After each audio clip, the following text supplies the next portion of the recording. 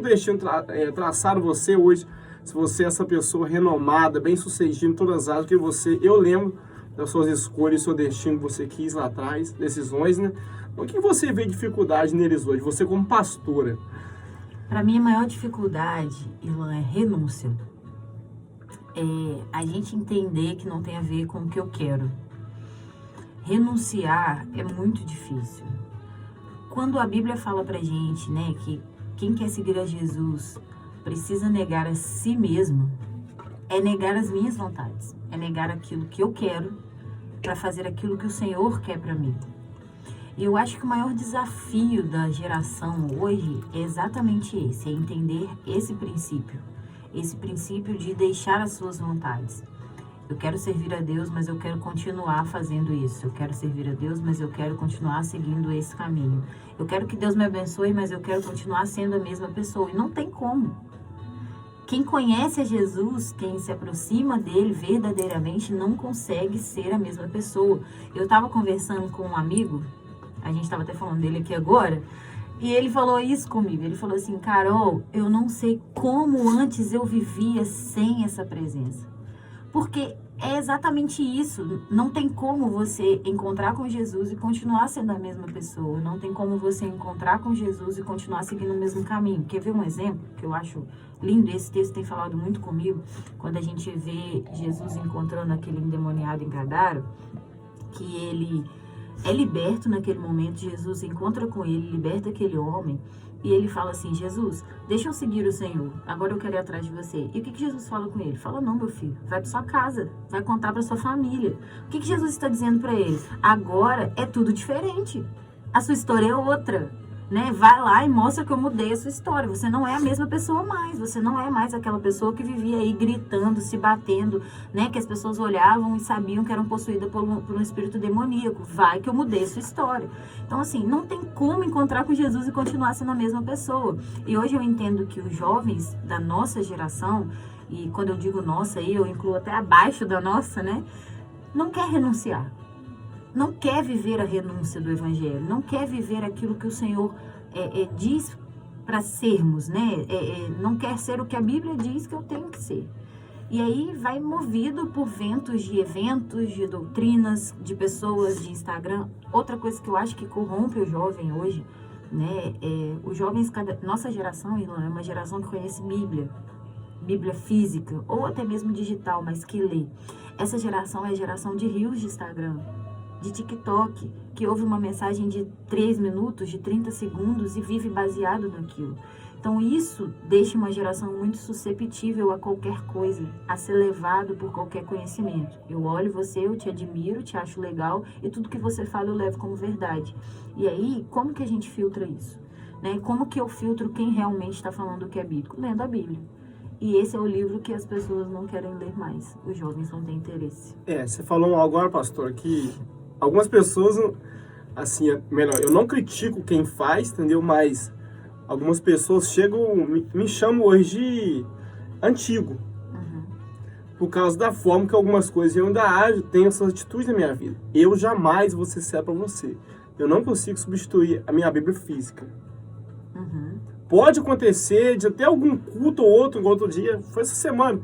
Acho que foi até no culto da virada. Eu cheguei tão rápido de retiro, fui na minha casa, Itaperuna, deixei lá a minha mochila e parti. Quando eu vi, eu tava sem a Bíblia. Eu tinha que pegar do celular. Mas pra mim, não é a mesma coisa. E, tipo assim, você falou uma verdade muito grande, cara. Estão perdendo esse contato físico, que é muito importante. Aquele colocar a mão. E estão sendo muito influenciados por essas área midiática demais, né, pastora? Exatamente. As mídias sociais hoje têm uma influência na nossa vida absurda, né? Eu acho que, não estou dizendo isso como profissional da área, porque eu não sou, mas eu acho que a gente nunca viveu uma era de pessoas tão ansiosas, tão frustradas, Sim, quanto estamos vivendo hoje, devido à mídia social, à rede social. E as pessoas são, hoje, eu acho que desde a pandemia, né, eu falo muito isso na minha igreja, que o crente fica em casa, ele cresceu de uma forma absurda. E aí, eu não preciso ir na igreja porque eu vejo um Reels no Instagram, eu vejo um ao vivo no YouTube. sim. E aí, é alimentado por quem? né? Deixaram de ter esse contato com o seu pastor, com alguém que está na sua igreja, com alguém que foi escolhido por Deus para te orientar, para te ensinar, né? Então, assim, é muito difícil hoje, com tanta informação vindo de todos os lugares, filtrar isso. Então, cuidar de jovem hoje é difícil por conta de tantas influências de todos os lados que a gente tem. E com isso também, né, pastora? A gente vê a sua família, uma família muito admirável. Seu filho, seu esposo, como vocês levam. As famílias hoje estão sendo muito destruídas por causa desse mesmo fundamento também, né? Que é esse lado de mídias sociais. Nós vemos o índice de divórcio ter aumentado cada dia muito grande. Sim, sim. Não só por conta de traições e de adultério, né? Que a gente sabe que isso acontece muito, mas também por conta de influência de expectativas. Um dia eu vi um blogueiro cristão falando sobre dorama. Sou dorameira, tá? Gosto muito. E vendo ele falando sobre quanto isso influencia na vida de algumas pessoas que idealizam um casamento, um relacionamento de dorama. E não só de dorama, mas eu vou falar de tudo, de Instagram, de rede social. Ninguém posta na rede social as lutas que tem, as batalhas.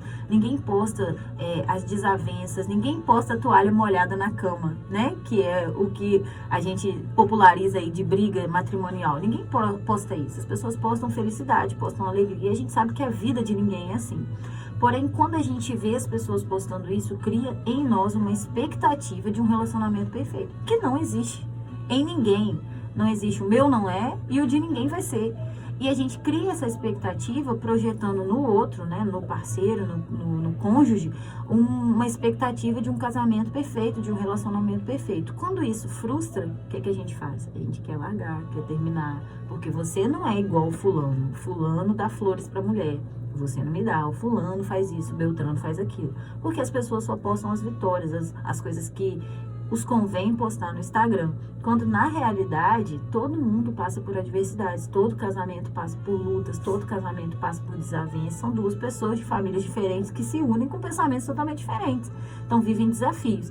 Então, assim, a mídia social, ela tem uma influência absurda na nossa vida e a gente precisa aprender a filtrar. Com certeza, pastor. Até em retos finais, assim, cara, eu tenho uma preocupação, igual eu olho pra você aqui, eu lembro muito da nossa geração. E antes da nossa geração, tinha uma geração muito comprometida com as coisas de Deus, assim, isso... Eu estava até a semana na igreja da pastora Luciana Dionísio, onde que eu falei que ela é uma pessoa que eu me inspirei, pastor Leandro Prevado, pessoas que eu conhecia antes da gente, né? E, cara... A gente está num momento agora, e isso é o que eu acredito que é o que eu mais me preocupo com as próximas gerações, pastora. É o comportamento de muitos líderes pastores. Porque agora virou um momento onde que tudo pode. Então, tipo assim, se você como pastor talvez questionar algo, a pessoa larga na igreja. Talvez, eu já vi cena de hoje em dia mesmo que ele bater, tem pastor, entendeu? Por quê? O cabresto perdeu muito, cara. Mas, Irlan, hoje, como mãe, eu vou te dizer uma coisa. Para mim, o maior problema não está nas igrejas. O maior problema está na família. Família. Na verdade, as crianças e os adolescentes crescem sem noção de autoridade. E quando a gente vê uma educação muito permissiva, isso reflete diretamente na igreja, né? Então, nós estamos vendo pessoas crescendo sem suportar a disciplina, sem suportar a correção. Se eu não me engano, em Hebreus fala um texto que eu sou muito ruim de procurar, assim, de referência, mas eu acredito que seja, que a repreensão, quando ela é dada, ela parece, de fato, ser algo ruim, mas que, ao longo tempo, ela produz frutos. Então, quando você ensina o seu filho, né, eu como mãe, quando eu ensino meu filho a aceitar a repreensão, isso reflete diretamente no ministério, na igreja. Então, assim, hoje os pastores estão vivendo num campo minado. Eu não posso falar com o filho da fulana porque ele não aceita a repreensão. Se eu falar com o Beltrano, ele sai da igreja. Então, assim, os pastores, de alguma forma, estão com dificuldade de exercer o ministério pastoral e as pessoas com extrema dificuldade de receber a repreensão. Então, assim, a gente vive hoje, e sem contar que, de novo eu vou falar, a influência da mídia social. O pastor corrige um membro hoje, ele filma, vai pro Instagram, e o que vira aquilo? né? Acaba com a vida de uma pessoa por causa de uma repreensão. Então, assim, de fato, eu acho que nós, como pais, educadores, a gente precisa estabelecer uma noção de hierarquia, de autoridade dentro da nossa casa, para que os nossos filhos reflitam isso na igreja. Nossa, profundo. Minha amiga, pastora, dentista, doutora, muito obrigado por mais essa participação. Em breve vai estar aqui de volta. Um abraço para você, para sua família, para toda a sua igreja. Nosso muito obrigado. Eu que agradeço, estou muito honrada de estar aqui hoje. Sou muito feliz de poder compartilhar essa história. Acho que eu nunca falei assim tão abertamente da minha história para ninguém. E sou muito feliz de estar aqui. Já estou ansiosa para o próximo. Vai ter, muito em breve. E